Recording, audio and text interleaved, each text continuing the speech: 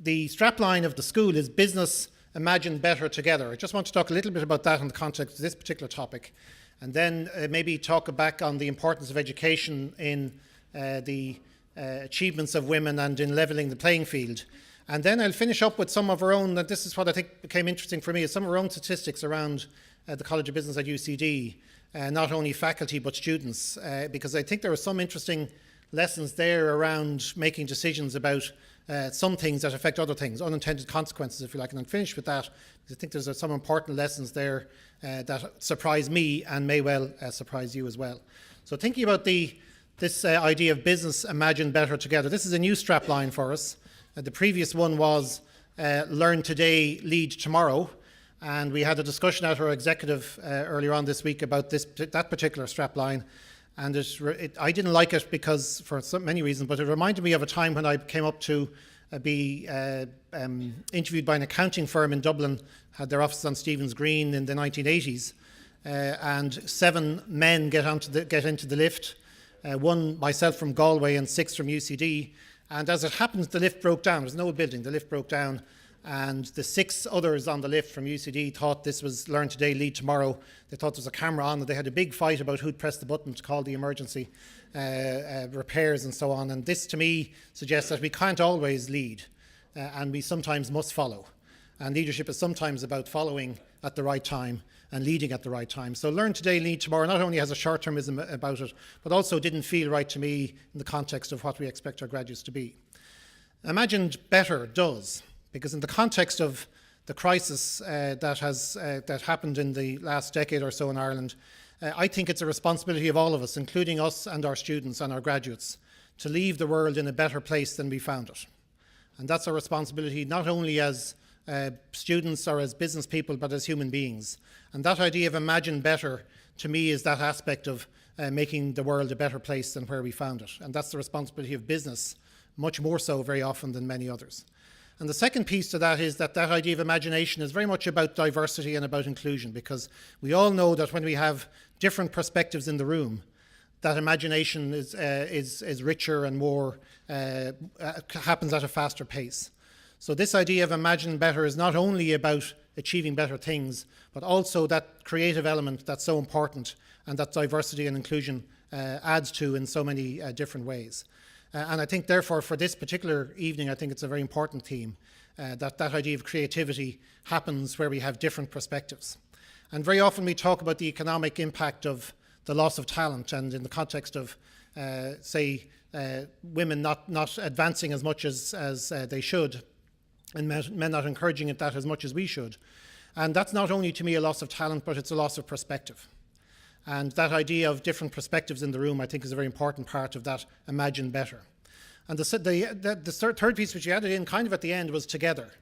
And the reason we added that in, because we know that we can't do this on our own, first of all. So we need to work with our students, our graduates, corporate sector, NGOs, the public sector, and so on. But the second piece to that is that not any one person has a monopoly in the room.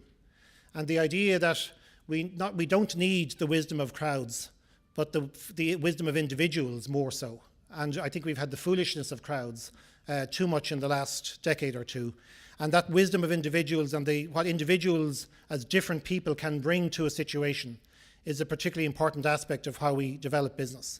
So that notion of working together is very important to us, and Business Imagine Better Together, particularly important in the context of how we develop business graduates and how we develop our own school.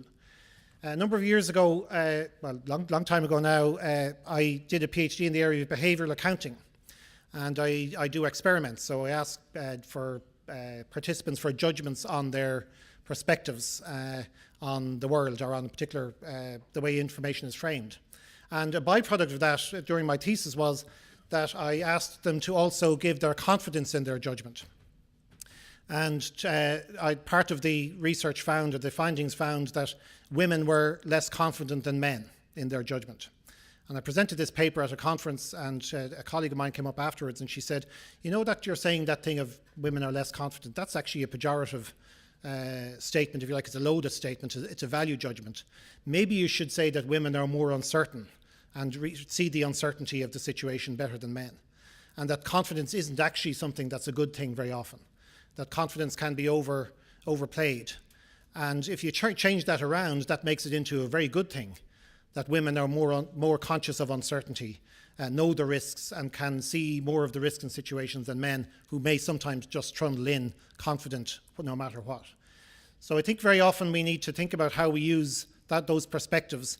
And again, that diversity in the room means that we can have different perspectives on uncertainty, and different acceptance and value systems around uncertainty.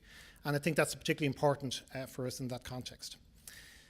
Thinking about that, Seamus Heaney was in, people may know, taught in Carysford for a long number of years, which is where the Smurford School is now.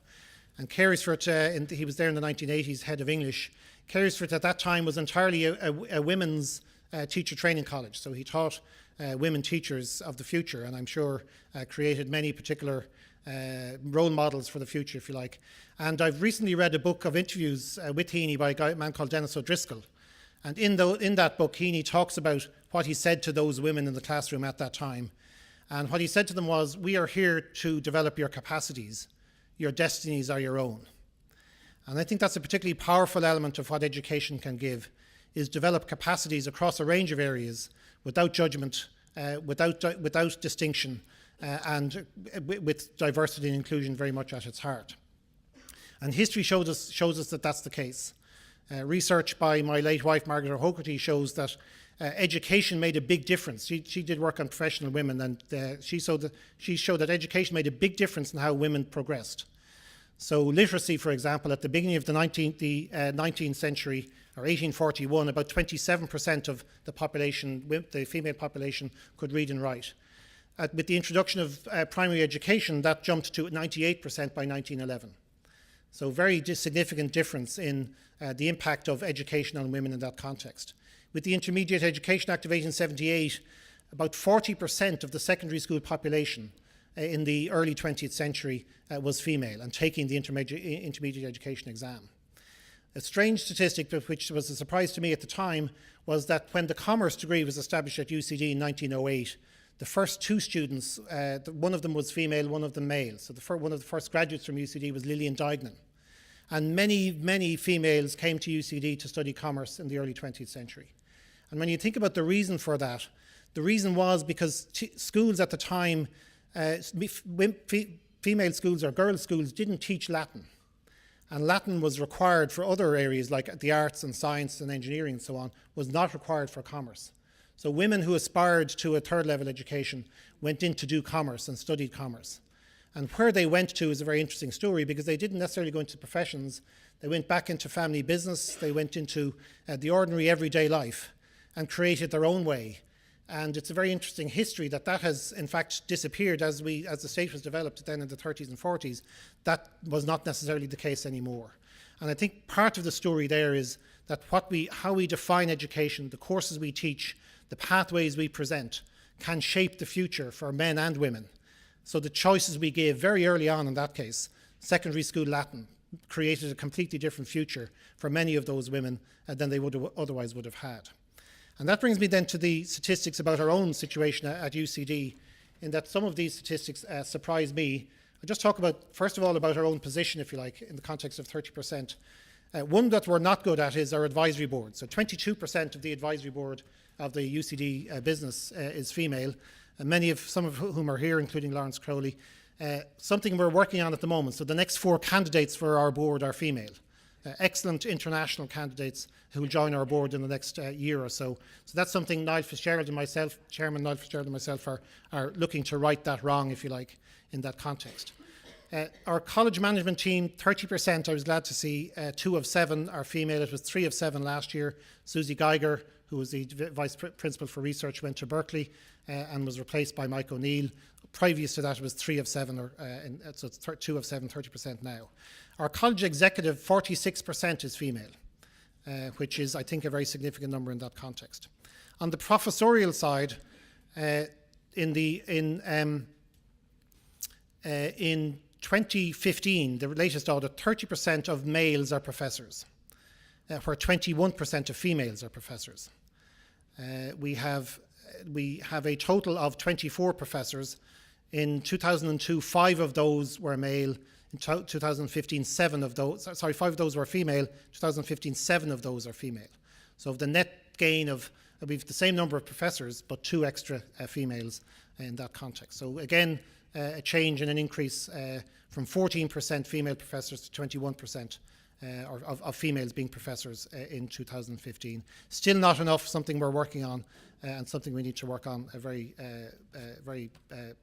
more assiduously.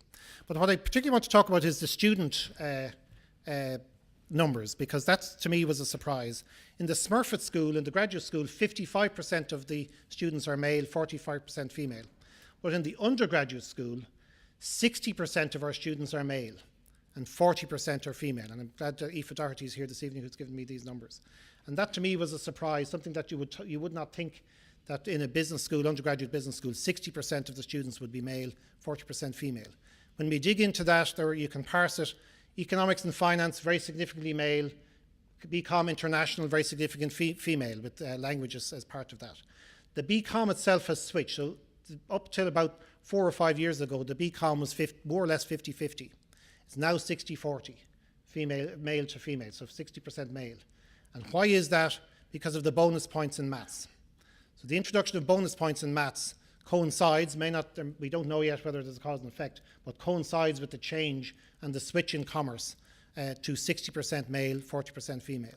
And I think that again shows us that there's that element of the importance of the decisions we make having unintended consequences, in that the introduction of bonus point maths seems to have changed the profile of students taking business, just as the idea of having Latin or not having Latin at school changed the profile of women taking commerce in the early 20th century.